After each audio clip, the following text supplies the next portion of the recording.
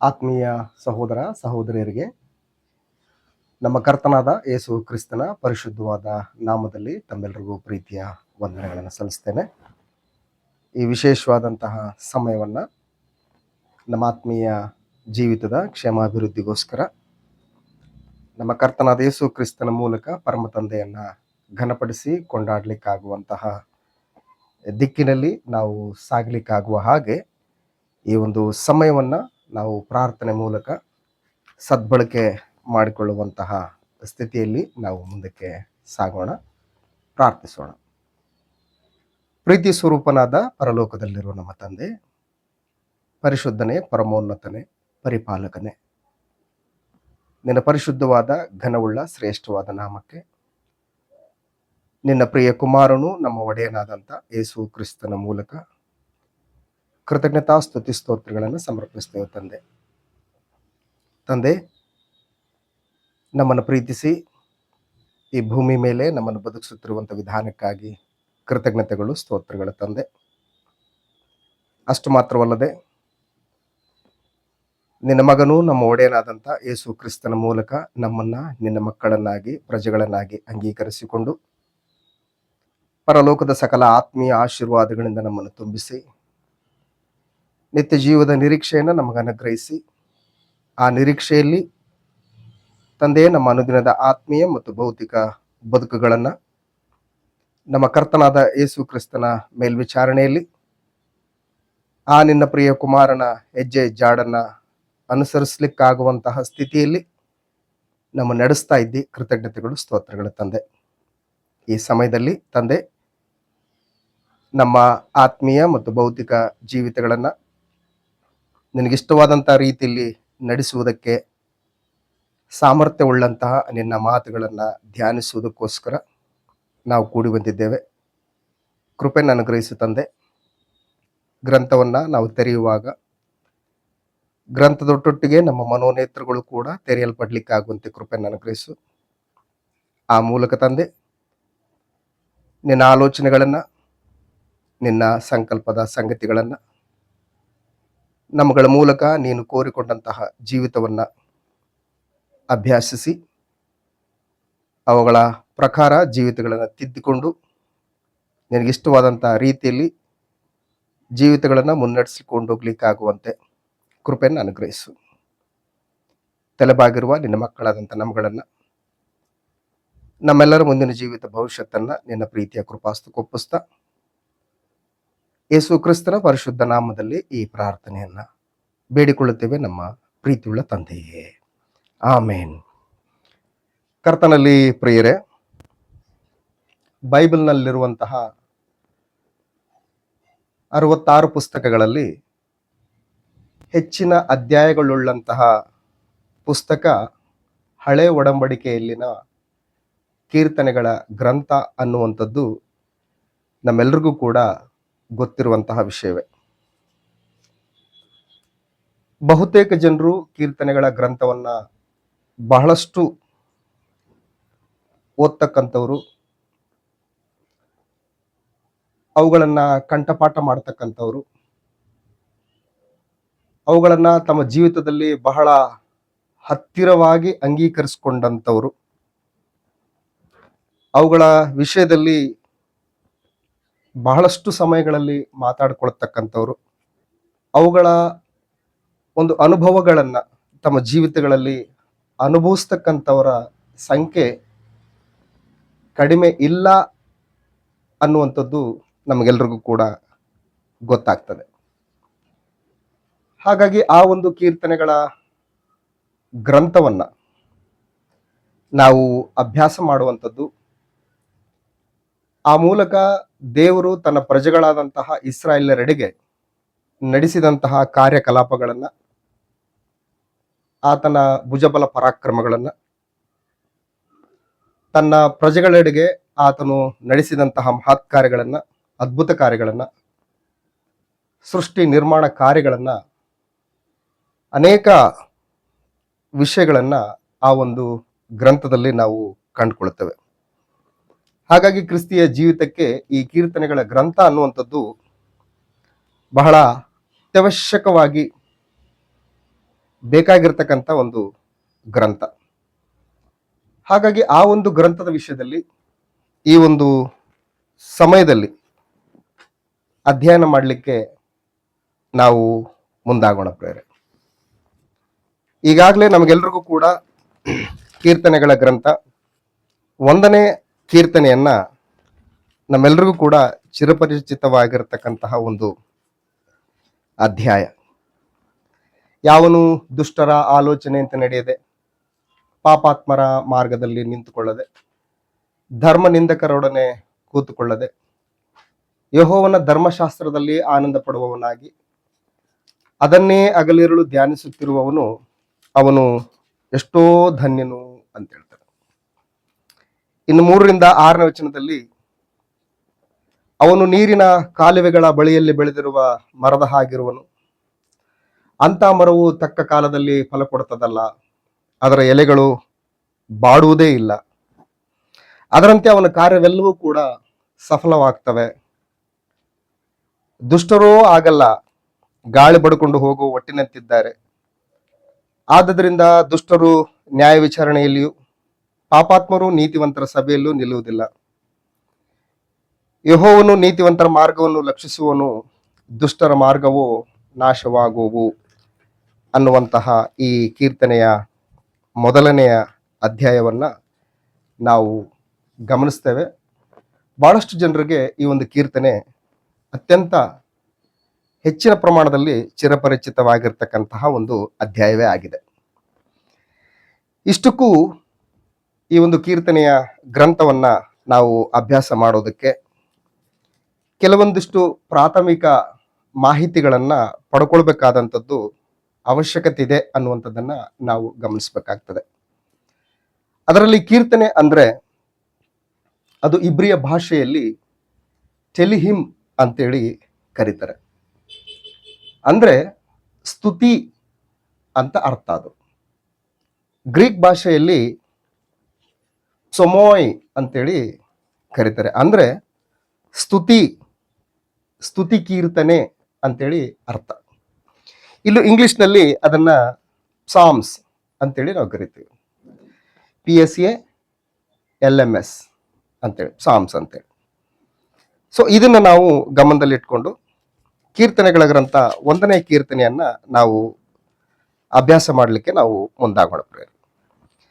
ಕೀರ್ತನೆಗಳ ಗ್ರಂಥ 1ನೇ ಕೀರ್ತನೆಯಲ್ಲಿ ಮಾನವನ ಮುಂದಿರುವಂತಹ 2 ಮಾರ್ಗಗಳ ವಿಷಯವಾಗಿ ಈ ಒಂದು ಕೀರ್ತನೆಯ 1ನೆಯ ಕೀರ್ತನೆ ನಮ್ಮನ್ನ ಪ್ರಬೋಧಿಸ್ತದೆ.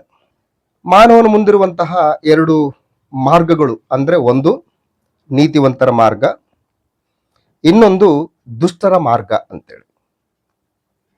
ಸೊ ಹಾಗೆಯೇ ನೀತಿವಂತರ ಮತ್ತು ದುಷ್ಟರ ಅಂತಿಮ ಗುರಿಯನ್ನು ಕುರಿತಾಗಿಯೂ ಕೂಡ ಈ 1ನೇ ಅಧ್ಯಾಯ ಮಾತಾಡ್ತದೆ.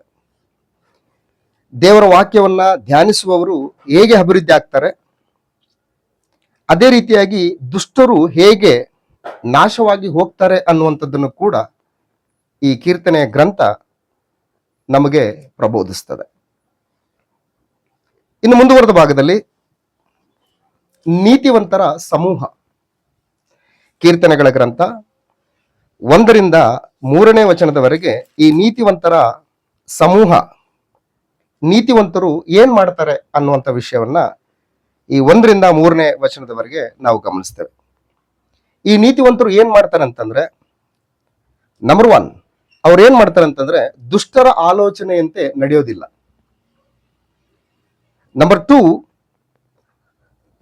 ಪಾಪಾತ್ಮರ ಮಾರ್ಗದಲ್ಲಿ ಅವರು ನಿಂತ್ಕೊಳ್ಳೋದಿಲ್ಲ.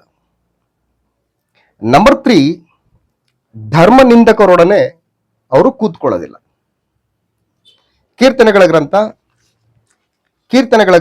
26ನೇ ಕೀರ್ತನೆ 4ನೇ ವಚನದಲ್ಲಿ, ನಾನು ಕುಟಿಲ ಸ್ವಭಾವಿಗಳ ಸಹವಾಸ ಮಾಡುವವನಲ್ಲ, ಕಪಟಿಗಳನ್ನು ಸೇರುವವನಲ್ಲ, ನನಗೆ ದುರ್ಜನರ ಕೂಟವೂ ಅಸಹ್ಯ, ದುಷ್ಟರ ಸಂಘವೂ ಬೇಕಿಲ್ಲ ಅಂತ ಹೇಳ್ತಾರೆ. ಸೊ ಹಾಗಾಗಿ ನೀತಿವಂತರು ಏನ್ ಮಾಡ್ತಾರೆ ಅಂತಂದ್ರೆ ಕುಟಿಲ ಸ್ವಭಾವಿಗಳ ಸಹವಾಸವನ್ನು ಮಾಡೋದಿಲ್ಲ,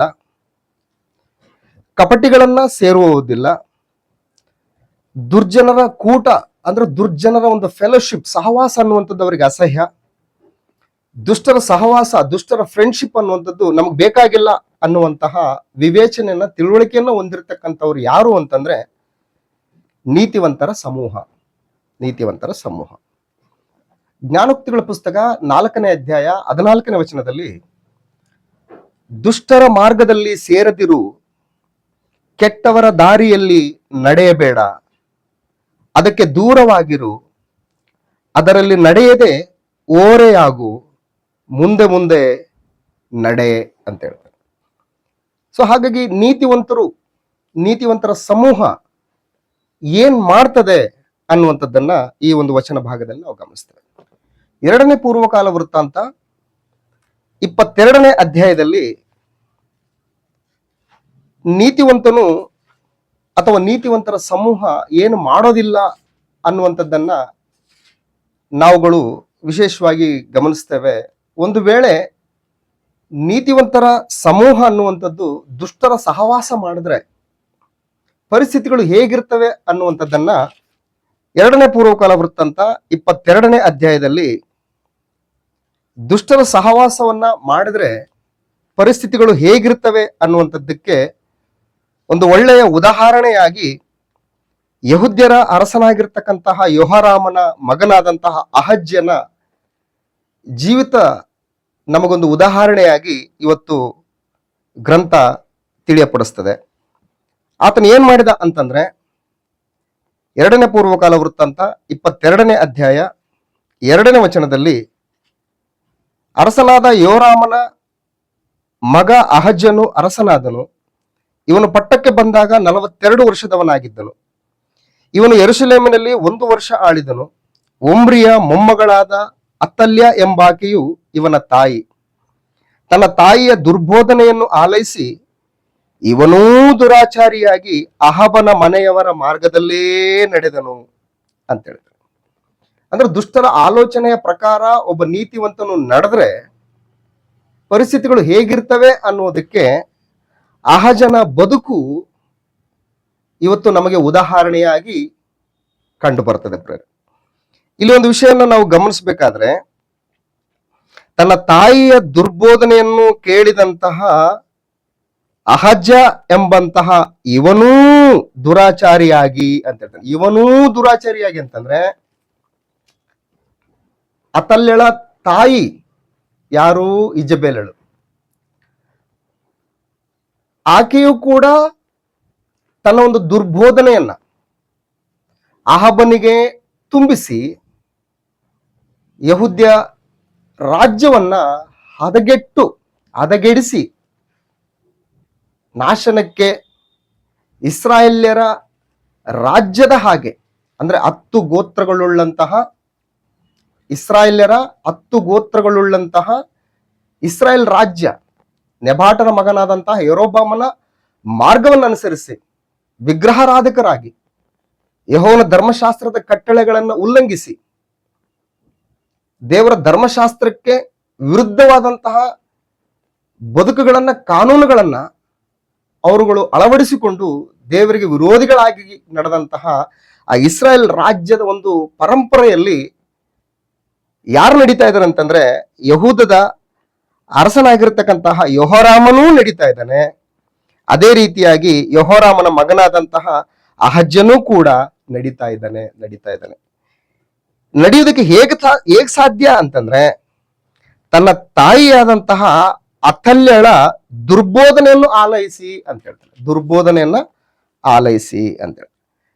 ಸೊ ಹಾಗಾಗಿ ನೀತಿವಂತರು ಏನ್ ಮಾಡ್ತಾರೆ ಅಂತಂದ್ರೆ ದುಷ್ಟರ ಆಲೋಚನೆ ಅಂತ ನಡೆಯೋದಿಲ್ಲ, ಪಾಪಾತ್ಮರ ಮಾರ್ಗದಲ್ಲಿ ನಿಂತುಕೊಳ್ಳೋದಿಲ್ಲ, ಧರ್ಮ ನಿಂದಕರೊಡನೆ ಕೂತ್ಕೊಳ್ಳೋದಿಲ್ಲ.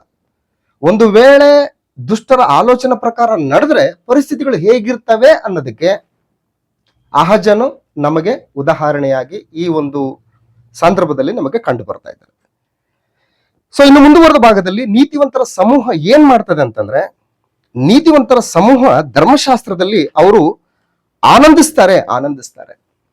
ಕೀರ್ತನೆಗಳ ಗ್ರಂಥ 1ನೇ ಕೀರ್ತನೆ 2ನೇ ವಚನದಲ್ಲಿ ಯೆಹೋವನ ಧರ್ಮಶಾಸ್ತ್ರದಲ್ಲಿ ಆನಂದ ಪಡುವವನಾಗಿ ಅಂತ ಹೇಳ್ತಾರೆ. ಅಂದ್ರೆ ನೀತಿವಂತರ ಸಮೂಹ ಏನ್ ಮಾಡ್ತದೆ ಅಂತಂದ್ರೆ ಧರ್ಮಶಾಸ್ತ್ರದಲ್ಲಿ ಆನಂದಿಸ್ತಾರೆ.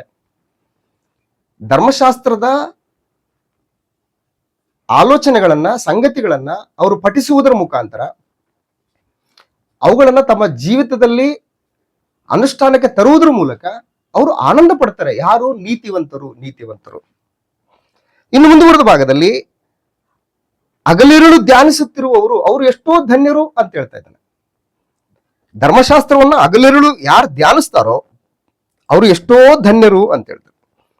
ಸೊ ಹಾಗಾಗಿ ನೀತಿವಂತರು ವಾಕ್ಯದೆಡೆಗೆ ಶ್ರದ್ಧೆಯನ್ನು ಹೊಂದಿ ವಾಕ್ಯಕ್ಕೆ ವಿಧೇಯತೆಯನ್ನು ತೋರಿಸ್ತಾ ವಾಕ್ಯ ಪ್ರಕಾರ ತಮ್ಮ ಆಲೋಚನೆಗಳನ್ನ, ನಡವಳಿಕೆಗಳನ್ನ ತಿದ್ದಿಕೊಳ್ತಾ ತಮ್ಮ ಬದುಕುಗಳನ್ನ ಮುಂದುವರಿಸಿಕೊಂಡು ಹೋಗ್ತಾ ಇರ್ತಾರೆ ನೀತಿವಂತರು.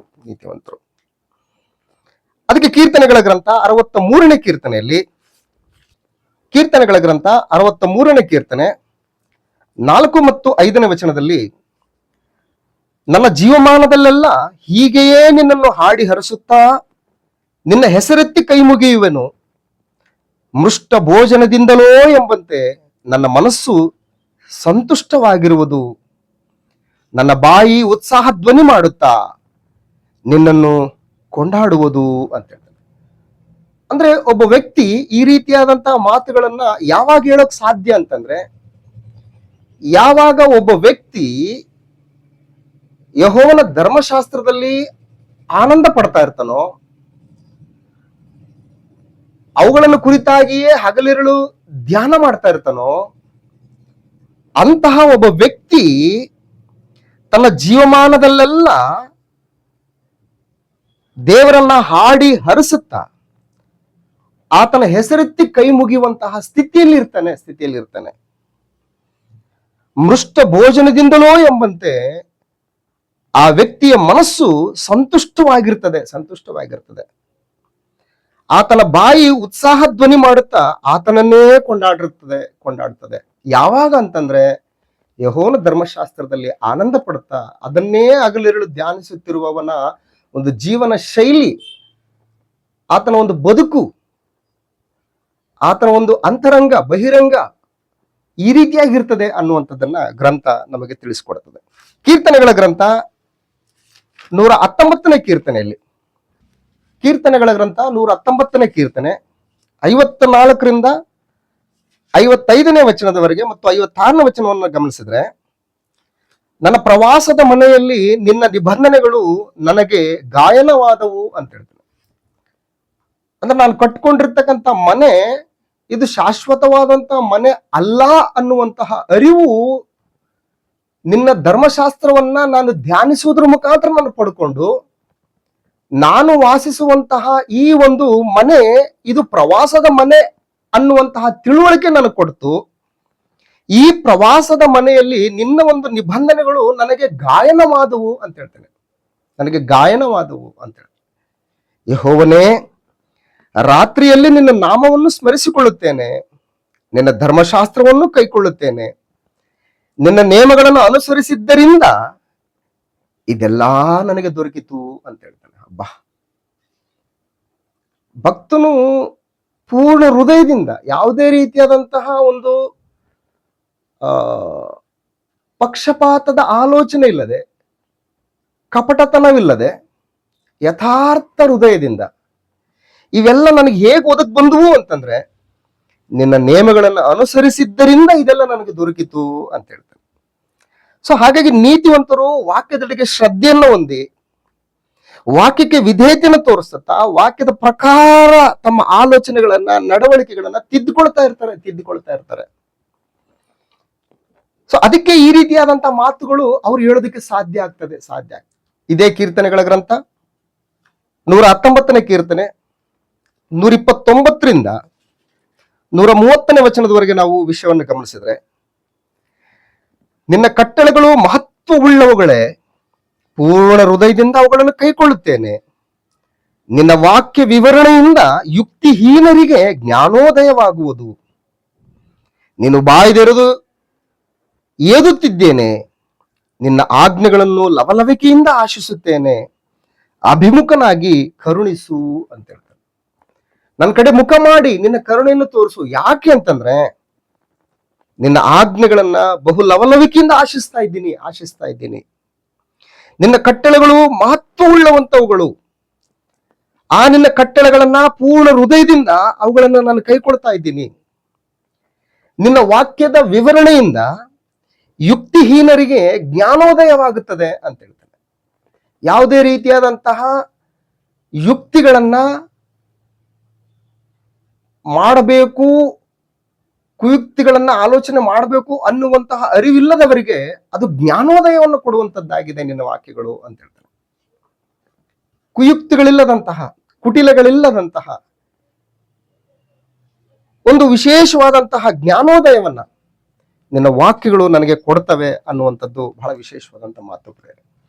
ಇನ್ನು ಯೆರೆಮೀಯನ ಗ್ರಂಥ 15ನೇ ಅಧ್ಯಾಯ 15 ಮತ್ತು 16ನೇ ವಚನವನ್ನು ಒಂದ್ಸಾರಿ ಗಮನಿಸಿದ್ರೆ, ಯೆಹೋವನೇ ನೀನೇ ಬಲ್ಲೆ, ನನ್ನನ್ನು ಜ್ಞಾಪಕಕ್ಕೆ ತಂದು ಕಟಾಕ್ಷಿಸು, ನನಗಾಗಿ ನನ್ನ ಹಿಂಸಕರಿಗೆ ಮುಯಿ ತೀರಿಸು, ಅವರಿಗೆ ಹೆಚ್ಚು ತಾಳ್ಮೆಯನ್ನು ತೋರಿಸಬೇಡ, ನನ್ನನ್ನು ನಿರ್ಮೂಲ ಮಾಡಬೇಡ. ನಿನ್ನ ನಿಮಿತ್ತವೇ ನಾನು ನಿಂದೆಗೆ ಗುರಿಯಾದೆನೆಂದು ಚಿತ್ತಕ್ಕೆ ತಂದುಕೋ. 16ನೇ ವಚನ ವೆರಿ ಇಂಪಾರ್ಟೆಂಟ್. ನನಗೆ ದೊರೆತ ನಿನ್ನ ಮಾತುಗಳನ್ನು ಆಹಾರ ಮಾಡಿಕೊಂಡೆನು, ನಿನ್ನ ನುಡಿಗಳು ನನಗೆ ಹರ್ಷವೂ ಹೃದಯಾನಂದವೂ ಆದವು. 17ನೇ ವಚನ, ಸೇನಾಧೀಶ್ವರನಾದ ದೇವರೇ ಯೆಹೋವನೇ, ನಾನು ನಿನ್ನ ಹೆಸರಿನವನಲ್ಲವೇ? ನಾನು ವಿನೋದಗಾರರ ಕೂಟದಲ್ಲಿ ಕೂತುಕೊಳ್ಳಲಿಲ್ಲ, ಉಲ್ಲಾಸ ಪಡಲೂ ಇಲ್ಲ. ನೀನು ನನ್ನ ಮೇಲೆ ಕೈಯಿಟ್ಟಿದ್ದರಿಂದ ಒಂಟಿಗನಾಗಿ ಕೂತೆನು, ನನ್ನನ್ನು ರೋಷದಿಂದ ತುಂಬಿಸಿದ್ದೀಯಷ್ಟೇ ಅಂತ ಹೇಳ್ತಾನೆ. ಸೊ ಈ ಒಂದು ಬದುಕು ಯಾವುದರಿಂದ ಬಂತು ಅಂತಂದ್ರೆ, ನೀನ್ ನನ್ನ ಮೇಲೆ ಕೈ ಇಟ್ಟಿದ್ರಿಂದ. ಸೊ ನಾನು ಒಂದು ಪ್ರತ್ಯೇಕವಾದಂತ ಬದುಕನ್ನು ಬದುಕ್ತಾ ಇದ್ದೀನಿ. ಹೇಗೆ ಅಂತಂದ್ರೆ, ದುಷ್ಟರ ಸಹವಾಸದಲ್ಲಿ ಸೇರದೆ, ಪಾಪಾತ್ಮರ ಮಾರ್ಗದಲ್ಲಿ ನಿಂತುಕೊಳ್ಳದೆ, ಧರ್ಮನಿಂದಕರೊಡನೆ ಕೂತುಕೊಳ್ಳದೆ ಯಾವಾಗಲೂ ನಿನ್ನ ಒಂದು ಮಾತುಗಳ ಮೂಲಕವೇ ನಾನು ಹರ್ಷಾನಂದವನ್ನು ಪಡಿತಾ ಇದ್ದೀನಿ, ನಿನ್ನ ಮಾತುಗಳನ್ನೇ ನಾನು ಆಹಾರ ಮಾಡಿಕೊಂಡಿದ್ದೀನಿ ಅಂತ ಹೇಳ್ತಾರೆ. ಸೊ ಹಾಗಾಗಿ ನೀತಿವಂತನ ಬದುಕು ಈ ರೀತಿ ಇರುತ್ತದೆ. ಯೆಹೋಶುವನ ಗ್ರಂಥ 1ನೇ ಅಧ್ಯಾಯದಲ್ಲಿ ಮೋಶೆಯ ನಂತರ ಇಸ್ರಾಯೇಲ್ಯರ ಒಂದು ನಾಯಕನಾಗಿ ಮುನ್ನಡೆದಂತಹ ಯೆಹೋಶುವನ ಬದುಕಿನಲ್ಲಿ ದೇವರು ತಾನೇ ಒಂದು ವಿಶೇಷವಾದಂತಹ ಮಾತನ್ನ ಯೆಹೋಶುವನಿಗೆ ಹೇಳುವಂಥದ್ದನ್ನು ನಾವು ಗಮನಿಸ್ತೇವೆ ಪ್ರಿಯರೇ. ಯೆಹೋಶುವನ ಗ್ರಂಥ 1ನೇ ಅಧ್ಯಾಯ 7ನೇ ವಚನದಿಂದ, ನನ್ನ ಸೇವಕನಾದ ಮೋಶೆ ನಿನಗೆ ಬೋಧಿಸಿದ ಧರ್ಮೋಪದೇಶವನ್ನೆಲ್ಲ ಕೈಕೊಂಡು ನಡೆಯುವುದರಲ್ಲಿ ಸ್ಥಿರಚಿತ್ತನಾಗಿರು, ಪೂರ್ಣ ಹೃದಯದಿಂದಿರು, ಪೂರ್ಣ ಧೈರ್ಯದಿಂದಿರು. ಅದನ್ನು ಬಿಟ್ಟು ಎಡಕ್ಕಾದರೂ ಬಲಕ್ಕಾದರೂ ಹೋಗಬೇಡ. ಆಗ ನೀನು ಎಲ್ಲಿ ಹೋದರೂ ಕೃತಾರ್ಥನಾಗುವಿ. ಈ ಧರ್ಮಶಾಸ್ತ್ರವು ಯಾವಾಗಲೂ ನಿನ್ನ ಬಾಯಲ್ಲಿರಲಿ. ಹಗಲಿರುಳು ಅದನ್ನು ಧ್ಯಾನಿಸುತ್ತಾ ಅದರಲ್ಲಿ ಬರೆದಿರುವುದನ್ನೆಲ್ಲ ಕೈಕೊಂಡು ನಡಿ. ಆಗ ನಿನ್ನ ಮಾರ್ಗದಲ್ಲೆಲ್ಲ ಸಫಲನಾಗುವಿ, ಕೃತಾರ್ಥನಾಗುವಿ ಅಂತ ಹೇಳ್ತಾರೆ. ಎಂತ ಒಂದು ಉತ್ತಮವಾದಂತ ಒಂದು ಸಂದೇಶ. ಒಬ್ಬ ವ್ಯಕ್ತಿಯ ಬದುಕು ಬೆಳಗಬೇಕು ಅಂತಂದ್ರೆ, ಒಬ್ಬ ವ್ಯಕ್ತಿಯ ಬದುಕು ಸೃಷ್ಟಿಕರ್ತನನ್ನ ಸಂತೋಷ ಪಡಿಸ್ಬೇಕು ಅಂತಂದ್ರೆ, ಒಬ್ಬ ವ್ಯಕ್ತಿ ದೇವರ ಸಹವಾಸ ಅನ್ಯೋನ್ಯತೆಯಲ್ಲಿ ಬದುಕನ್ನ ಮುಂದುವರಿಸ್ಕೊಂಡು ಹೋಗಬೇಕು ಅಂತಂದ್ರೆ, ಆತನ ಕಟ್ಟಳೆಗಳು ಮನುಷ್ಯನಿಗೆ ಎಷ್ಟೋ ಮುಖ್ಯವಾದಂಥವುಗಳು ಎಂಬುವಂಥದ್ದನ್ನ ಈ ಒಂದು ವಾಕ್ಯ ಭಾಗಗಳಲ್ಲಿ ನಾವು ಗಮನಿಸ್ತೇವೆ. ಸೊ ಹಾಗಾಗಿ ಕೀರ್ತನೆಗಳ ಗ್ರಂಥ 1ನೇ ಕೀರ್ತನೆಯಲ್ಲಿ ಒಬ್ಬ ನೀತಿವಂತರ ಒಂದು ಸಮೂಹ ಏನ್ ಮಾಡ್ತದೆ ಅನ್ನುವಂಥದ್ದನ್ನ ನಾವು ಗಮನಿಸ್ತೇವೆ. ಅವರು ಈ ರೀತಿಯಾಗಿ ಮಾಡಿದಾಗ ಅವ್ರು ಏನಾಗ್ತಾರೆ ಅಂತಂದ್ರೆ, ಅವರು ಎಷ್ಟೋ ಧನ್ಯರಾಗ್ತಾರೆ ಅಂತ ಹೇಳ್ತಾನೆ. 2ನೇ ವಚನದ ಕೊನೆ ಭಾಗದಲ್ಲಿ, ಅವರು ಎಷ್ಟೋ ಧನ್ಯನು, ಅವನೆಷ್ಟೋ ಧನ್ಯನು. ಯಾವನೆಷ್ಟೋ ಧನ್ಯನು? ದುಷ್ಟರ ಆಲೋಚನೆ ಅಂತ ನಡೆದೆ, ಪಾಪಾತ್ಮರ ಮಾರ್ಗದಲ್ಲಿ ನಿಂತುಕೊಳ್ಳದೆ, ಧರ್ಮ ನಿಂದಕರೊಡನೆ ಕೂತುಕೊಳ್ಳದೆ, ಯೆಹೋವನ ಧರ್ಮಶಾಸ್ತ್ರದಲ್ಲಿ ಆನಂದ ಪಡುವವನಾಗಿ ಅದನ್ನೇ ಹಗಲಿರುಳು ಧ್ಯಾನಿಸುತ್ತಿದ್ದಾನೋ ಅವನು ಎಷ್ಟೋ ಧನ್ಯನು ಅಂತ ಹೇಳ್ತಾನೆ. ಅವನು ಎಷ್ಟೋ ಧನ್ಯನು. ಸೊ ಹೀಗೆ ಮಾಡುವವನು ಏನ್ ಮಾಡ್ತಾನೆ ಅಂತಂದ್ರೆ ಅವನು ಫಲ ಕೊಡ್ತಾನೆ ಅಂತ ಹೇಳ್ತಾನೆ. ಈ ರೀತಿ ಮಾಡ್ತಕ್ಕಂಥ ವ್ಯಕ್ತಿ ಏನ್ ಮಾಡ್ತಾನೆ ಅಂತಂದ್ರೆ ಫಲ ಕೊಡ್ತಾನೆ, ಫಲ ಕೊಡ್ತಾನೆ, ಫಲ ಕೊಡ್ತಾನೆ, ಫಲ ಕೊಡುವ ಮರದ ಹಾಗಿರುವನು ಅಂತ ಹೇಳ್ತಾನೆ. ಸೊ ನೀತಿವಂತರನ್ನ ಗ್ರಂಥ ಮರಕ್ಕೆ ಹೋಲಿಸಿ ಅನೇಕ ವಚನ ಭಾಗಗಳು ನಮಗೆ ಕಂಡು ಬರ್ತವೆ. ನೀತಿವಂತನನ್ನ ಮರಕ್ಕೆ ಹೋಲಿಸಿದಂತಹ ಅನೇಕ ವಚನ ಭಾಗಗಳು ನಮಗೆ ಕಂಡು ಬರ್ತವೆ. ಕೀರ್ತನೆಗಳ ಗ್ರಂಥ 92ನೇ ಕೀರ್ತನೆಯಲ್ಲಿ ನಾವು ವಿಷಯವನ್ನ ನಾವು ಗಮನಿಸಿದ್ರೆ, ನೀತಿವಂತನು ಖರ್ಜೂರದ ಮರದ ಹಾಗೆ ಆತನು ಬೆಳೆದು ಫಲ ಕೊಡುವನು ಅಂತೇಳಿ ಈ ವಚನ ಭಾಗ ನಮ್ಮನ್ನ ಎಚ್ಚರಿಸ್ತದೆ. ಕೀರ್ತನೆಗಳ ಗ್ರಂಥ 92ನೇ ಕೀರ್ತನೆ 12ನೇ ವಚನದಲ್ಲಿ, ನೀತಿವಂತರು ಖರ್ಜೂರದ ಮರದಂತೆ ಬೆಳೆಯುವರು, ಲೆಬನೋನಿನ ದೇವದಾರು ವೃಕ್ಷದ ಹಾಗೆ ವೃದ್ಧಿಯಾಗುವರು, ಯೆಹೋವನ ಆಲಯದಲ್ಲಿ ಸಸಿಗಳಂತೆ ನೆಡಲ್ಪಟ್ಟವರು ನಮ್ಮ ದೇವರ ಅಂಗಳದಲ್ಲಿ ಚೆನ್ನಾಗಿ ಬೆಳೆಯುವರು, ಮುಪ್ಪಿನಲ್ಲಿಯೂ ಫಲಿಸುವರು, ಪುಷ್ಟಿಯಾಗಿದ್ದು ಶೋಭಿಸುವರು. ಹೀಗೆ ಅವರು ಯೆಹೋವನ ಸತ್ಯ ಸಂಧತೆಗೆ ದೃಷ್ಟಾಂತರಾಗಿರುವರು. ಆತನೇ ನನ್ನ ಬಂಡೆಯು, ಆತನು ನಿರ್ವಂಚಕನು ಅಂತ ಹೇಳ್ತಾನೆ. ಸೊ ಹಾಗಾಗಿ ನೀತಿವಂತನು ಏನ್ ಮಾಡ್ತಾನೆ ಅಂತಂದ್ರೆ, ನೀತಿವಂತನು ಫಲವನ್ನು ಕೊಡ್ತಾನೆ, ನೀತಿವಂತನು ಫಲವನ್ನು ಕೊಡ್ತಾನೆ. ಯೆರೆಮೀಯನ ಗ್ರಂಥ 17ನೇ ಅಧ್ಯಾಯ 7 ಮತ್ತು 8ನೇ ವಚನದಲ್ಲಿ, ಯಾವನು ಯೆಹೋವನಲ್ಲಿ ನಂಬಿಕೆ ಇಟ್ಟಿದ್ದಾನೋ, ಯಾವನಿಗೆ ಯೆಹೋವನು ಭರವಸವಾಗಿದ್ದಾನೋ ಅವನು ಧನ್ಯನು. ನೀರಾವರಿಯಲ್ಲಿ ನೆಡಲ್ಪಟ್ಟು ಹೊಳೆಯ ದಡದಲ್ಲಿ ತನ್ನ ಬೇರುಗಳನ್ನು ಹರಡಿ ಧಗೆಗೆ ಭಯಪಡದೆ ಹಸುರೆಲೆಯನ್ನು ಬಿಡುತ್ತಾ ಕ್ಷಾಮ ವರ್ಷದಲ್ಲಿಯೂ ನಿಶ್ಚಿಂತೆಯಾಗಿ ಸದಾ ಫಲ ಕೊಡುತ್ತಾ ಇರುವ ಮರಕ್ಕೆ ಸಮಾನನಾಗಿರುವನು ಅಂತ ಹೇಳ್ತಾರೆ. ಅದಕ್ಕೆ ಕೀರ್ತನೆಗಾರ ನೀತಿವಂತನು ಫಲ ಕೊಡುವ ಮರದ ಹಾಗಿರುವನು ಅಂತ ಹೇಳ್ತಾನೆ. ಫಲ ಕೊಡುವ ಮರದ ಹಾಗಿರುವನು ಅಂತ ಅಂದ್ರೆ ನೀತಿವಂತರು ಮರದಂತೆ ಬೆಳೆದು ಅವರು ಫಲವನ್ನು ಕೊಡ್ತಾರೆ. ಅವ್ರು ಕೊಡುವಂತಹ ಫಲದಿಂದ ದೇವರು ಸಂತುಷ್ಟನಾಗಿ ಸಂತೃಪ್ತನಾಗಿ ಅವರ ಬದುಕುಗಳ ಮೂಲಕ ಆತನು ಆನಂದ ಪಡ್ತಾನೆ. ಸೊ ಅವ್ರು ಮಾಡುವಂತಹ ಕಾರ್ಯಗಳೆಲ್ಲದರಲ್ಲಿಯೂ ಕೂಡ ಅವರು ಸಫಲ ಹೊಂದುತ್ತಾರೆ ಅಂತೇಳಿ ಕೀರ್ತನೆ 1ನೇ ಕೀರ್ತನೆ ಮುಂದಿನ ಭಾಗದಲ್ಲಿ ನಾವು ಗಮನಿಸ್ತೇವೆ. 3ನೇ ವಚನದಲ್ಲಿ, ಕೀರ್ತನೆಗಳ ಗ್ರಂಥ 1ನೇ ಕೀರ್ತನೆ 3ನೇ ವಚನದ ಕೊನೆಯ ಭಾಗದಲ್ಲಿ, ಅದರಂತೆ ಅವನ ಕಾರ್ಯವೆಲ್ಲವೂ ಸಫಲವಾಗುವು ಅಂತ ಹೇಳ್ತಾನೆ. ಅಂದ್ರೆ ಅವ್ರು ಮಾಡುವಂತ ಕಾರ್ಯವೆಲ್ಲವೂ ಸಫಲವಾಗ್ತವೆ. ಅಂದ್ರೆ ಆತನಿಗೆ ಸಮಸ್ಯೆಗಳಿಲ್ಲ ಅಂತಲ್ಲ, ವೈಫಲ್ಯಗಳಿಲ್ಲ ಅಂತಲ್ಲ. ಆದ್ರೆ ದೇವರ ಉದ್ದೇಶವನ್ನ, ಆತನ ಚಿತ್ತವನ್ನ ತಿಳಿದುಕೊಂಡು ದೇವರಿಗೆ ಒಳಪಟ್ಟು ಜೀವಿಸುವವನಾಗುವುದರಿಂದ ಅವನ ಕಾರ್ಯಗಳೆಲ್ಲವೂ ಕೂಡ ಸಫಲವಾಗ್ತವೆ.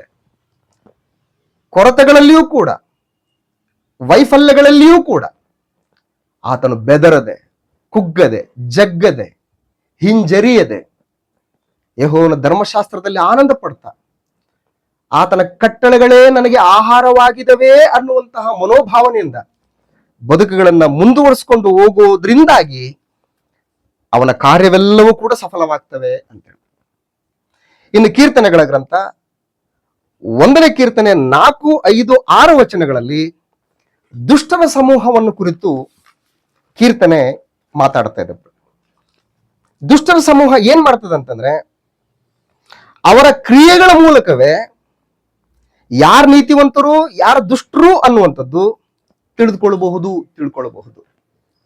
ದುಷ್ಟರ್ಯಾರು ನೀತಿವಂತರಾರು ಅನ್ನುವಂಥದ್ದನ್ನ ಅವರ ಕ್ರಿಯೆಗಳ ಮೂಲಕ ತಿಳಿದುಕೊಳ್ಳಬಹುದು ಅಂತೇಳಿ ಯೋಹಾನ ಬರೆದ 1ನೇ ಪತ್ರಿಕೆ 3ನೇ ಅಧ್ಯಾಯದಲ್ಲಿ ಯೋಹಾನನು ಪರಿಶುದ್ಧಾತ್ಮನ ಪ್ರೇರೇಪಣೆಯಿಂದ 9 ಮತ್ತು 10ನೇ ವಚನಗಳಲ್ಲಿ ಈ ರೀತಿಯಾಗಿ ಬರೀತಾ ಇದ್ದಾನೆ. ದೇವರಿಂದ ಹುಟ್ಟಿದವನು ಪಾಪ ಮಾಡನು, ದೇವರ ಜೀವವು ಅವನಲ್ಲಿ ನೆಲೆಗೊಂಡಿದೆ. ಅವನು ದೇವರಿಂದ ಹುಟ್ಟಿದ ಕಾರಣ ಪಾಪ ಮಾಡುವವನಾಗಿರಲಾರನು.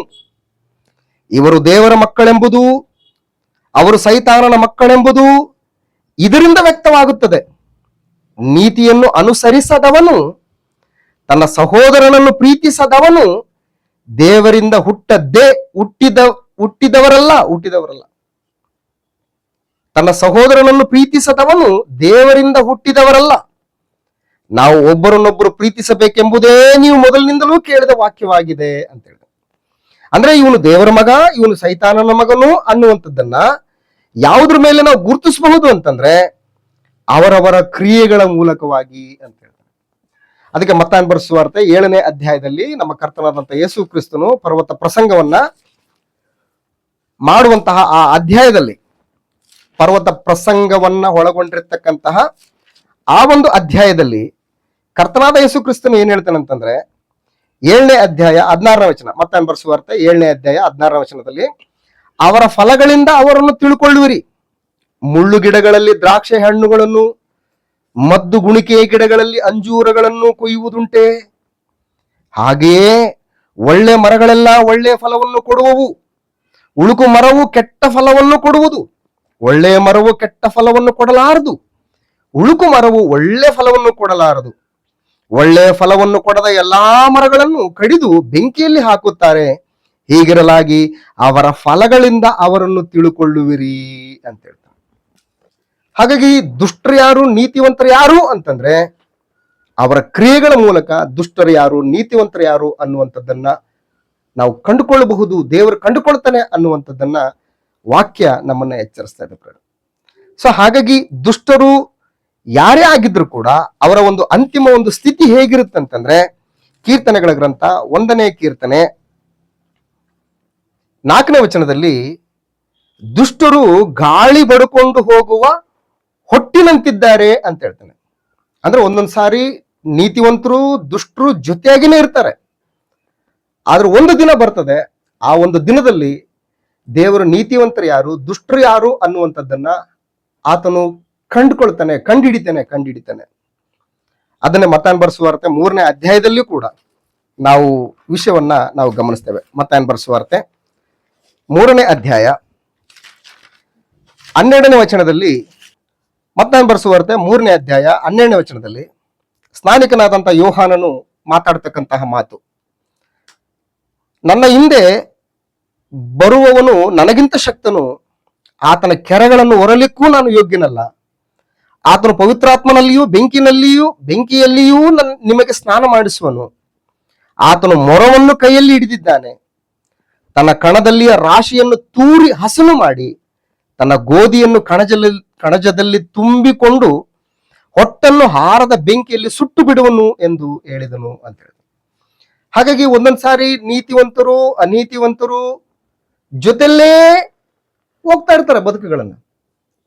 ಆದ್ರೆ ಒಂದು ದಿನದಲ್ಲಿ ಬರ್ತದೆ, ಆ ಒಂದು ದಿನದಲ್ಲಿ ನಮ್ಮ ಕರ್ತನಾದ ಯೇಸು ಕ್ರಿಸ್ತನು ಯಾವುದು ನಿಜವಾದ ಗೋಧಿ, ಯಾವುದು ಹೊಟ್ಟು ಅನ್ನುವಂಥದ್ದನ್ನ ಆತನು ಮೊರದಿಂದ ತೂರಿ ಗೋಧಿಯನ್ನ ತನ್ನ ಕಣಜಲಲ್ಲಿ ತುಂಬಿಟ್ಟುಕೊಂಡು ಹೊಟ್ಟನ್ನು ಹಾರದ ಬೆಂಕಿಯಲ್ಲಿ ಸುಟ್ಟು ಬಿಡ್ತಾನೆ ಅಂತ ಹೇಳ್ತಾರೆ. ಸೊ ಹಾಗಾಗಿ ದುಷ್ಟರೋ ಹಾಗಲ್ಲ, ಗಾಳಿ ಬಡ್ಕೊಂಡು ಹೋಗುವ ಒಟ್ಟಿನಂತಿದ್ದಾರೆ ಅಂತ ಹೇಳ್ತಾನೆ, ಒಟ್ಟಿನಂತಿದ್ದಾರೆ. ಅದೇ ಮತ್ತಾಯನ ಬರೆದ ಸುವಾರ್ತೆ 13ನೇ ಅಧ್ಯಾಯದಲ್ಲಿ ಕರ್ತನಾದ ಯೇಸು ಕ್ರಿಸ್ತನು ಪರಲೋಕ ರಾಜ್ಯವನ್ನು ಕುರಿತಾದಂತಹ ಸಾಮ್ಯಗಳನ್ನು ಹೇಳುವಾಗ್ಲೂ ಕೂಡ ಅಲ್ಲಿ ಗೋಧಿ ಬಿತ್ತಿರ್ತಾನೆ ಆ ಒಂದು ಹೊಲದ ಯಜಮಾನ. ಆದ್ರೆ ಸೈತಾನನು ಬಂದು ಏನ್ ಮಾಡ್ತಾನೆ ಅಂತಂದ್ರೆ ಆ ಗೋಧಿಯ ಮಧ್ಯದಲ್ಲಿ ಅಣಜಿಯನ್ನು ಕೂಡ ಬಿತ್ತೋಗಿರ್ತಾನೆ. ಆಗ ಹೊಲದ ಯಜಮಾನ ಬಂದು, ನಾನು ಗೋಧಿಯನ್ನು ಮಾತ್ರ ಬಿತ್ತಿದ್ದೀನಿ, ಹಣಜಿ ಬಿತ್ತಿದ್ ಯಾರು ಅಂತಂದ್ರೆ ಸೈತಾನನು ಬಿತ್ತಿದ್ದಾನೆ. ಅದು ಹಾಗೆ ಬೆಳಿಲಿ ಬಿಡ್ರಿ,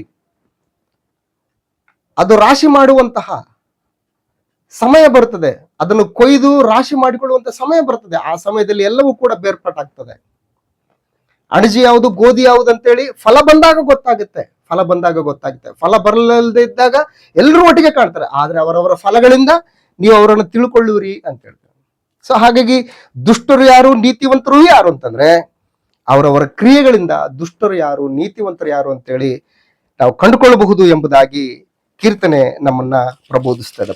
ಸೊ ಹಾಗಾಗಿ ದುಷ್ಟರ ಸಮೂಹದ ಒಂದು ಸ್ಥಿತಿ ಏನಂತಂದ್ರೆ ಅವರು ಗಾಳಿ ಬಡ್ಕೊಂಡು ಹೋಗುವ ಹೊಟ್ಟಿನಂತಿದ್ದಾರೆ. ನಂಬರ್ 1. ನಂಬರ್ 2, ಅವರ ಅಂತಿಮ ಸ್ಥಿತಿ ಏನಂತಂದ್ರೆ ಅವರ ಮಾರ್ಗ ನಾಶವಾಗಿ ಹೋಗ್ತದೆ ಅಂತ ಹೇಳ್ತಾನೆ 6ನೇ ವಚನದಲ್ಲಿ. ಯೆಹೋವನು ನೀತಿವಂತರ ಮಾರ್ಗವನ್ನು ಲಕ್ಷಿಸುವನು, ದುಷ್ಟರ ಮಾರ್ಗವೋ ನಾಶವಾಗುವುದು ಅಂತ ಹೇಳ್ತಾನೆ, ನಾಶವಾಗುವುದು. ಸೊ ಹಾಗಾಗಿ ತಾತ್ಕಾಲಿಕವಾಗಿ ದುಷ್ಟರ ಬದುಕಿನಲ್ಲಿ ಕ್ಷೇಮ ಅನ್ನುವಂಥದ್ದು ಇದ್ದೇ ಇರ್ತದೆ, ಸಂತೋಷ ಅನ್ನುವಂಥದ್ದು ಇದ್ದೇ ಇರ್ತದೆ, ಸಮಾಧಾನ ಅನ್ನುವಂಥದ್ದು ಬಹಳ ದೊಡ್ಡ ಮಟ್ಟದಲ್ಲಿ ಕಂಡು ಬರ್ತದೆ. ಆದ್ರೆ ಅದು ಕೇವಲ ತಾತ್ಕಾಲಿಕ ಮಾತ್ರ. ಆದ್ರೆ ಶಾಶ್ವತವಾದಂತ ನಾಶ ಅನ್ನುವಂಥದ್ದು ಅವರಿಗೆ ಕಟ್ಟಿಟ್ಟ ಬುತ್ತಿ ಅನ್ನುವಂಥದ್ದು ಗ್ರಂಥ ನಮಗೆ ತಿಳಿಯಪಡಿಸ್ತದೆ ಪ್ರೇರೆ. ಅದಕ್ಕೆ ಯೋಬನ ಗ್ರಂಥದಲ್ಲಿ ದುಷ್ಟರ ಒಂದು ಬದುಕು ಯಾವ ರೀತಿಯಾದಂತಹ ಉನ್ನತವಾದಂತಹ ಸ್ಥಿತಿಯಲ್ಲಿ, ನೆಮ್ಮದಿಕರವಾದಂತಹ ಸ್ಥಿತಿಯಲ್ಲಿ ಇರ್ತದೆ ಅನ್ನುವಂಥದ್ದನ್ನ ಈ ಯೋಬನ ಗ್ರಂಥ 21ನೇ ಅಧ್ಯಾಯದಲ್ಲಿ ನಾವು 7ನೇ ವಚನದಿಂದ ನಾವು ಗಮನಿಸ್ತೇವೆ. ದುಷ್ಟರು ಬಾಳಿ ವೃದ್ಧರಾಗುವುದಕ್ಕೂ ಇದಲ್ಲದೆ ಪ್ರಬಲಿಸುವುದಕ್ಕೂ ಕಾರಣವೇನು? ಅವರ ಸಂತಾನದವರು ಅವರೊಂದಿಗೆ ಇರುತ್ತಾ ಅವರ ಮುಂದೆಯೇ ಸುಸ್ಥಿರವಾಗಿರುವರು.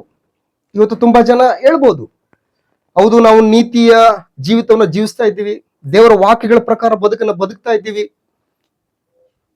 ನಿಮ್ಮ ದೇವರಾದಂತಹ ಕರ್ತನನ್ನ ನೀವು ಪೂರ್ಣ ಪ್ರಾಣದಿಂದಲೂ, ಪೂರ್ಣ ಬುದ್ಧಿಯಿಂದಲೂ, ಪೂರ್ಣ ಶಕ್ತಿಯಿಂದಲೂ, ಪೂರ್ಣ ಆತ್ಮದಿಂದಲೂ ಆತನನ್ನ ಆರಾಧಿಸ್ಬೇಕು, ಆತನನ್ನು ಘನಪಡಿಸ್ಬೇಕು, ಆತನಿಗೆ ಸಲ್ಲತಕ್ಕಂಥ ಗೌರವವನ್ನ ಬೇರೆಯವರಿಗೆ ಸಲ್ಲಗೊಡಿಸಿದ ಆತನಿಗೆ ಸಲ್ಲಿಸಬೇಕು ಅನ್ನುವಂತಹ ಆಜ್ಞೆಗಳನ್ನು ಕೈಕೊಂಡು ನಡೀತಾ ಇದ್ದೀವಿ. ನಿನ್ನಂತೆಯೇ ನಿನ್ನ ನೆರೆಯವನನ್ನ ಪ್ರೀತಿಸ್ತಾ ಇದ್ದೀವಿ, ನೀತಿಯ ನಿಮಿತ್ತವಾಗಿ ಹಿಂಸೆಯನ್ನ ಸಹಿಸಿಕೊಳ್ತಾ ಇದ್ದೀವಿ, ಲೋಕಕ್ಕೆ ಬೆಳಕಾಗಿ ಬದುಕ್ತಾ ಇದ್ದೀವಿ, ಲೋಕಕ್ಕೆ ಉಪ್ಪಾಗಿ ಬದುಕ್ತಾ ಇದ್ದೀವಿ. ಇಷ್ಟೆಲ್ಲ ಬದುಕುವಂತಹ ನಮಗಳ ಬದುಕು ಹೇಗಿದೆ? ಅನ್ಯಾಯ, ಅಕ್ರಮ, ಮೋಸ, ವಂಚನೆ, ಕುಟಿಲ ಸ್ವಭಾವ, ದುಷ್ಟರ ಆಲೋಚನೆಗಳಿಂದ ನಡೀತಕ್ಕಂಥವರ ಅವರ ಒಂದು ಬದುಕು ಯಾವ ರೀತಿಯಾಗಿದೆ?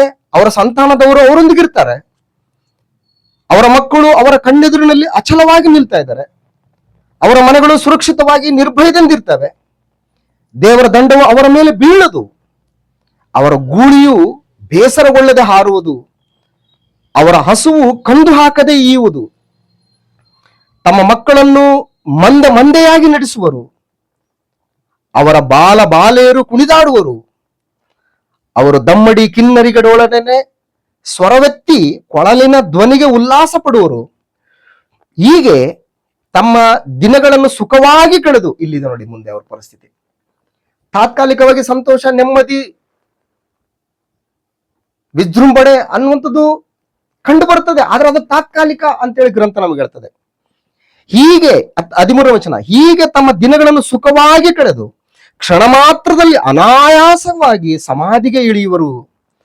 ಆದರೆ ಇವರೇ ದೇವರನ್ನು ಕುರಿತು ನಮ್ಮಿಂದ ತೊಲಗಿ ಹೋಗು, ಇವರೇ ದೇವರನ್ನು ಕುರಿತು ತಮ್ಮ ಸಂತೋಷದ ದಿನಗಳಲ್ಲಿ, ಸುಖದಿಂದಿದ್ದಂತ ದಿನಗಳಲ್ಲಿ ಅವ್ರು ಏನಂತ ಇದ್ದಾರೆ ಅಂತಂದ್ರೆ, ದೇವರಿಗೆ ನಮ್ಮಿಂದ ತೊಲಗಿ ಹೋಗು, ನಿನ್ನ ಮಾರ್ಗಗಳ ತಿಳುವಳಿಕೆಯೇ ನಮಗೆ ಬೇಡ ಎಂದು. ಆ ಸರ್ವಶಕ್ತನು ಎಷ್ಟರವನು, ಆತನನ್ನು ನಾವು ಏಕೆ ಸೇವಿಸಬೇಕು, ಆತನಿಗೆ ವಿಜ್ಞಾಪನೆ ಮಾಡುವುದರಿಂದ ಪ್ರಯೋಜನವೇನು ಎಂದು ಹೇಳುತ್ತಿದ್ದರು. ಅವರ ಭುಜಬಲನೇ ಅವರಿಗೆ ದೇವರು, ಅವರಲ್ಲಿರುವಂತ ದುಡ್ಡೇ ಅವ್ರಿಗೆ ದೇವರು, ಅವರು ಹಿಂದೆ ಇರ್ತಕ್ಕಂಥ ಜನ ಬೆಂಬಲವೇ ಅವ್ರಿಗೆ ದೇವರು. ಆದ್ರೆ ಅವೆಲ್ಲವೂ ಕೂಡ ತಾತ್ಕಾಲಿಕ, ಅವೆಲ್ಲವೂ ಕೂಡ ಕ್ಷಣ ಮಾತ್ರ. ಅವರೆಲ್ಲರೂ ಹೀಗೆ ಕ್ಷಣ ಮಾತ್ರದಲ್ಲಿ ಅನಾಯಾಸವಾಗಿ ಸಮಾಧಿಗಿಳಿದು ಹೋಗ್ತಾರೆ. ಅಲ್ಲಿ ಪರಿಸ್ಥಿತಿಗಳು ಹೇಗಿರ್ತವೆ ಅಂತಂದ್ರೆ ಬಹಳ ಭಯಂಕರವಾಗಿರ್ತವೆ ಅಂತ. ಅದು ಶಾಶ್ವತವಾದಂತಹ ಒಂದು ಸ್ಥಿತಿ ಅದು. ಅದಕ್ಕಾಗಿ ದುಷ್ಟರು ತಾತ್ಕಾಲಿಕವಾದಂತಹ ಕ್ಷೇಮವನ್ನ ಹೊಂದಿರ್ತಾರೆ, ಆದ್ರೆ ಶಾಶ್ವತವಾದಂತ ನಾಶ ಬರುತ್ತೆ ಅನ್ನುವಂತ ಅರಿವು ಅವರಿಗಿರೋದಿಲ್ಲ ಅಂತ ಹೇಳ್ತಾರೆ. ಸೊ ಹಾಗಾಗಿ ಯೆಶಾಯನ ಗ್ರಂಥದಲ್ಲಿ ಕೂಡ ಅವರ ಒಂದು ವಿಚಾರದಲ್ಲಿ ಹೇಳ್ತಕ್ಕಂಥ ಒಂದು ಮಾತನ್ನು ಒಂದ್ಸಾರಿ ಗಮನಿಸಿದ್ರೆ, ಯೆಶಾಯನ ಬರೆದ ಪ್ರವಾದನೆ ಗ್ರಂಥ 3ನೇ ಅಧ್ಯಾಯ 10ನೇ ವಚನದಲ್ಲಿ, ಶಿಷ್ಟರಿಗೆ ಶುಭವೇ ಎಂದು ಹೇಳಿರಿ, ಅವರು ತಮ್ಮ ಸುಕೃತ ಫಲವನ್ನು ಅನುಭವಿಸುವರಷ್ಟೇ. ದುಷ್ಟರ ಗತಿಯನ್ನು ಏನು ಹೇಳಲಿ, ಅವರ ಕಾರ್ಯಗಳಿಗೆ ತಕ್ಕ ಪ್ರತಿಫಲವು ಅವರಿಗೆ ಲಭಿಸುವುದಲ್ಲವೇ? ನನ್ನ ಜನರನ್ನು ಬಾಧಿಸುವವರು ಹುಡುಗರು, ಆಳುವವರು ಹೆಂಗಸರು. ನನ್ನ ಜನರೇ, ನಿಮ್ಮನ್ನು ನಡೆಸುವವರು ದಾರಿ ತಪ್ಪಿಸುವವರಾಗಿದ್ದಾರೆ, ನೀವು ನಡೆಯತಕ್ಕ ದಾರಿಯನ್ನು ಅಳಿಸಿಬಿಟ್ಟಿದ್ದಾರೆ. ಸೊ ಹಾಗಾಗಿ ಶಿಷ್ಟರಿಗೆ ಶುಭವೇ ಎಂದು ಹೇಳಿರಿ, ಅವರು ತಮ್ಮ ಸುಕೃತ ಫಲವನ್ನು ಅನುಭವಿಸ್ತಾರೆ. ಆದ್ರೆ ದುಷ್ಟರ ಗತಿಯನ್ನು ಏನು ಹೇಳಿ, ಅವರ ಕಾರ್ಯಗಳಿಗೆ ತಕ್ಕ ಪ್ರತಿಫಲವು ಅವರಿಗೆ ಲಭಿಸ್ತದೆ ಅಂತ ಹೇಳ್ತಾರೆ. ನೀತಿವಂತರ ಮಾರ್ಗಗಳು, ಅವರ ಗುರಿಗಳು ಬಹಳ ಪ್ರತ್ಯೇಕವಾಗಿರ್ತವೆ. ಬಹಳ ಡಿಫ್ರೆಂಟ್ ಆಗಿರ್ತವೆ. ಅವರು ಯಾವುದೇ ಕಾರಣಕ್ಕೂ ಕೂಡ ದುಷ್ಟರೊಂದಿಗೆ ಸೇರೋದಿಲ್ಲ. ಅವರ ಆಲೋಚನೆಗಳೊಂದಿಗೆ ತಮ್ಮ ಆಲೋಚನೆಗಳನ್ನ ಕೂಡಿಸಿಕೊಂಡು ಅವರು ಬದುಕೋದಿಲ್ಲ. ನೀತಿವಂತರು ಲೋಕಕ್ಕೆ ಬೆಳಕಾಗಿದ್ದಾರೆ. ಲೋಕದೊಳಗಿಂದ ಅವರು ಪ್ರತ್ಯೇಕವಾಗಿ ಬದುಕ್ತಾರೆ. ಅದಕ್ಕೆ ಕೊಲೊಸ್ಸೆ ಪತ್ರಿಕೆ 1ನೇ ಅಧ್ಯಾಯ 13ನೇ ವಚನದಲ್ಲಿ ನಾವು ಗಮನಿಸ್ತೇವೆ, ದೇವರು ನಮ್ಮನ್ನು ಅಂಧಕಾರದ ದೊರೆತನದಿಂದ ಬಿಡಿಸಿ ತನ್ನ ಪ್ರಿಯ ಕುಮಾರನ ರಾಜ್ಯದೊಳಗೆ ಸೇರಿಸಿದನು ಅಂತ ಹೇಳ್ತಾನೆ. ಅಂಧಕಾರದ ದೊರೆತನದಿಂದ ಬಿಡಿಸಿ ತನ್ನ ಪ್ರಿಯ ಕುಮಾರನ ರಾಜ್ಯದೊಳಗೆ ಸೇರಿಸಿದನು ನಮ್ಮನ್ನ. ನನ್ನ ಪ್ರಿಯ ಕುಮಾರನ ರಾಜ್ಯ ಪರಿಪಾಲನೆಯಲ್ಲಿ ನಿಮ್ಮ ಬದುಕುಗಳನ್ನು ಮುಂದುವರಿಸಿಕೊಂಡು ಹೋಗಿ, ಆತನ ಪರಿಪಾಲನೆಗೆ ನೀವು ವಿಧೇಯರಾಗಿ, ಆತನ ಹೆಜ್ಜೆ ಜಾಡನ್ನ ನೀವು ಅನುಸರಿಸಿ, ಲೋಕದವರೊಟ್ಟಿಗೆ ಸೇರಿ ನೀವು ಇಜ್ಜೋಡಾಗಬೇಡ್ರಿ. ಒಂದು ಪ್ರತ್ಯೇಕವಾದಂತ ಬದುಕನ್ನು ಬದುಕಿ. ಹಾಗಾಗಿ ನೀತಿವಂತರ ಬದುಕು ಹೀಗಿರ್ತದೆ. ನೀತಿವಂತರ ಮಾರ್ಗಗಳು ಪ್ರತ್ಯೇಕವಾಗಿರ್ತವೆ. ಅದಕ್ಕೆ ಅಪೊಸ್ತಲನಾದಂತ ಪೌಲನು ಗಲಾತ್ಯದವರಿಗೆ ಬರೆದ ಪತ್ರಿಕೆ 6ನೇ ಅಧ್ಯಾಯ 14ನೇ ವಚನದಲ್ಲಿ, ಕ್ರಿಸ್ತನೊಂದಿಗೆ ಶಿಲುಬೆಗೆ ಹಾಕಿಸಿಕೊಂಡವನಾಗಿದ್ದೇನೆ, ಇನ್ನು ಬದುಕುವವನು ನಾನಲ್ಲ, ನನಗೋಸ್ಕರ ಸತ್ತು ಎದ್ದು ಬಂದಾತನಿಗೋಸ್ಕರ ನಾನು ಬದುಕ್ತಾ ಇದ್ದೀನಿ. ನಾನು ಕ್ರಿಸ್ತನೊಂದಿಗೆ ಶಿಲುಬೆಗೆ ಹಾಕಿಸಿಕೊಂಡು ನಾನು ಸತ್ತೋಗಿದ್ದೀನಿ. ಲೋಕ ನನ್ನ ಪಾಲಿಗಿಲ್ಲ, ಲೋಕದ ಪಾಲಿಗೆ ನಾನಿಲ್ಲ ಅಂತ ಹೇಳ್ತಾನೆ. ಸೊ ಎಂತ ಒಂದು ವಿಶೇಷವಾದಂತ, ಒಂದು ಪರಿಶುದ್ಧವಾದಂತ, ಒಂದು ಪ್ರತ್ಯೇಕವಾದಂತ ಜೀವಿತ ಅಂತೇಳಿ ಪೌಲನು ತಿಳಿಸ್ತಾ ಇದ್ದಾನೆ. ಪೇತ್ರನು ಬರೆದ 1ನೇ ಪತ್ರಿಕೆ 2ನೇ ಅಧ್ಯಾಯ 9ನೇ ವಚನದಲ್ಲಿ, ನಾವು ದೇವರಾದುಕೊಂಡಂತ ಜನಾಂಗ, ಮೀಸಲಾದ ಜನಾಂಗ, ಯಾಜಕ ಸಮೂಹ ಅಂತ ಹೇಳ್ತಾನೆ. ಆತನಿಗೆ ಪ್ರತ್ಯೇಕವಾದಂತ ಜನಾಂಗ ನಾವು ಅಂತ ಹೇಳ್ತಾನೆ. ಸೊ ಹಾಗಾಗಿ ಕೀರ್ತನೆಗಳ ಗ್ರಂಥ 1ನೇ ಕೀರ್ತನೆ ನೀತಿವಂತರ ಮತ್ತು ದುಷ್ಟರ ಒಂದು ಬದುಕುಗಳನ್ನ ತೋರ್ಪಡಿಸುವಂತಹ ಒಂದು ಅಧ್ಯಾಯ. ಹಾಗಾಗಿ ನೀತಿವಂತರ ಸಮೂಹ ಏನ್ ಮಾಡ್ತಾ ಇದೆ, ದುಷ್ಟರ ಸಮೂಹ ಏನ್ ಮಾಡ್ತದೆ, ನೀತಿವಂತರ ಗುರಿ ಏನು, ದುಷ್ಟರ ಗುರಿ ಏನು, ನೀತಿವಂತರ ಬದುಕಿನಲ್ಲಿ ದೇವರು ನಡೆಸುವಂತ ಕಾರ್ಯಕ್ರಮಗಳು ಹೇಗಿರ್ತವೆ, ದುಷ್ಟರ ಬದುಕಿನಲ್ಲಿ ಯಾವ ರೀತಿಯಾದಂತ ಕಾರ್ಯಕ್ರಮಗಳು ನಡೀತವೆ, ಅವರ ಅಂತಿಮ ಸ್ಥಿತಿ ಏನು ಅನ್ನುವಂಥದ್ದನ್ನ ಕೀರ್ತನೆಗಳ ಗ್ರಂಥ 1ನೇ ಕೀರ್ತನೆ ನಮಗೆ ಬಹಳ ಸ್ಪಷ್ಟವಾಗಿ ತಿಳಿಸ್ತಾ ಇದೆ. ಸೊ ಹಾಗಾಗಿ ಈ ಒಂದು ಕೀರ್ತನೆಯ ಮೂಲಕ ನಮ್ಮ ಬದುಕುಗಳನ್ನ ನಾವು ಒಂದ್ಸಾರಿ ಅವಲೋಕನ ಮಾಡಿಕೊಂಡು, ನಾನು ಯಾರ ಗುಂಪಿನಲ್ಲಿದ್ದೀನಿ, ನೀತಿವಂತರ ಸಮೂಹದಲ್ಲಿದ್ದೀನಾ ಅಥವಾ ದುಷ್ಟರ ಸಮೂಹದಲ್ಲಿದ್ದೀನಾ? ಒಂದು ವೇಳೆ ನೀತಿವಂತನ ಸಮೂಹದಲ್ಲೇ ಇದ್ರೆ ದೇವರಿಗೆ ಸ್ತೋತ್ರ. ದುಷ್ಟರ ಆಲೋಚನೆ ಅಂತ ನಡೆಯದೆ, ಪಾಪಾತ್ಮರ ಮಾರ್ಗದಲ್ಲಿ ನಿಂತುಕೊಳ್ಳದೆ, ಧರ್ಮ ನಿಂದಕರೊಡನೆ ಕೂತುಕೊಳ್ಳದೆ, ಯೆಹೋವನ ಧರ್ಮಶಾಸ್ತ್ರದಲ್ಲಿ ಆನಂದ ಪಡುವವನಾಗಿ ಅದನ್ನೇ ಹಗಲಿರುಳು ಧ್ಯಾನಿಸುತ್ತಿದ್ದೀನಿ. ನಾನು ಎಷ್ಟೋ ಧನ್ಯನು. ಅಂತಹ ನನ್ನನ್ನ ದೇವರು ಮರಕ್ಕೆ ಹೋಲಿಸಿದ್ದಾನೆ. ನೀತಿವಂತರು ಖರ್ಜೂರದ ಮರದ ಹಾಗೆ ಬೆಳೀತಾರೆ, ಅವರು ಒಳ್ಳೆ ಫಲವನ್ನ ಕೊಡ್ತಾರೆ ಅಂತ ಹೇಳ್ತಾರೆ. ಅದು ಎಂತ ಕ್ಷಾಮಕ್ಕೂ ಕೂಡ ಬೆದರದೆ ದೇವರ ತ್ರಾಣವುಳ್ಳ ಹಸ್ತದ ಕೆಳಗಡೆ ತನ್ನನ್ನು ತಾನು ತಗ್ಗಿಸಿಕೊಂಡು ದೇವರು ಇಷ್ಟಪಡುವಂತಹ ಫಲಗಳನ್ನು ಕೊಡುವಂತಹ ಮರದ ಹಾಗೆ ನೀತಿವಂತನು ಬೆಳೀತಾ ಇರ್ತಾನೆ. ಅವನ ಕಾರ್ಯಗಳೆಲ್ಲವೂ ಕೂಡ ಸಫಲವಾಗ್ತವೆ. ಯಾಕೆ ಅಂತಂದ್ರೆ ಯೆಹೋವನ ಕಟ್ಟಳೆಗಳಲ್ಲಿ ಆತನ ಆನಂದಿಸ್ತಾ ಇದ್ದಾನೆ, ಯೆಹೋವನ ಧರ್ಮಶಾಸ್ತ್ರದಲ್ಲಿ ಆತನ ಆನಂದ ಪಡ್ತಾ ಇದ್ದಾನೆ. ದುಷ್ಟರೋ ಹಾಗಲ್ಲ, ಗಾಳಿ ಬಡ್ಕೊಂಡು ಹೋಗುವ ಒಟ್ಟಿನಂತಿದ್ದಾರೆ. ಅವರ ಸುಖ ಕ್ಷಣ ಮಾತ್ರ, ಅವರ ಸಂತೋಷ ತಾತ್ಕಾಲಿಕ, ಅವರ ಒಂದು ವಿಜೃಂಭಣೆ, ಅವರ ಒಂದು ಐಷಾರಾಮಿತನದಿಂದ ಕೂಡಿದಂತ ಬದುಕು ಅದು ತಾತ್ಕಾಲಿಕ. ಆದ್ರೆ ಶಾಶ್ವತವಾದಂತಹ ಒಂದು ಸ್ಥಿತಿ, ಘೋರವಾದಂತಹ ಒಂದು ಸ್ಥಿತಿ ಇದೆ ಅನ್ನುವಂಥದ್ದನ್ನ ಅವರು ಕಂಡುಕೊಳ್ಬೇಕಾದಂತಹ ಅನಿವಾರ್ಯತೆ ಇದೆ ದುಷ್ಟರು. ಸೊ ಹಾಗಾಗಿ ಅವರ ಒಂದು ಪರಿಸ್ಥಿತಿಗಳು ಏನಾಗ್ತವೆ ಅನ್ನುವಂಥದ್ದನ್ನ ಈ ಕೀರ್ತನೆ ಗ್ರಂಥ ನಮಗೆ ಬಹಳ ಚಂದವಾಗಿ ವಿವರಿಸ್ಕೊಡ್ತಾ ಇದೆ.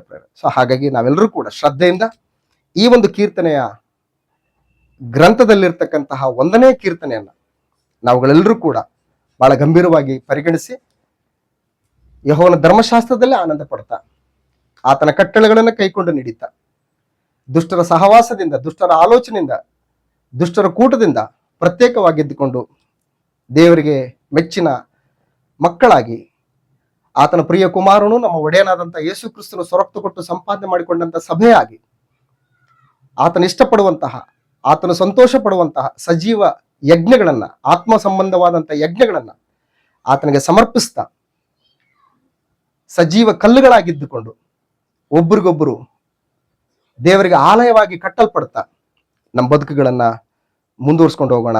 ದೇವರು ನಮ್ಮನ್ನು ಬಲಪಡಿಸಲಿ, ಪ್ರೋತ್ಸಾಹಿಸಲಿ. ಆಮೇನ್. ಎಲ್ರಿಗೂ ವಂದನೆಗಳು.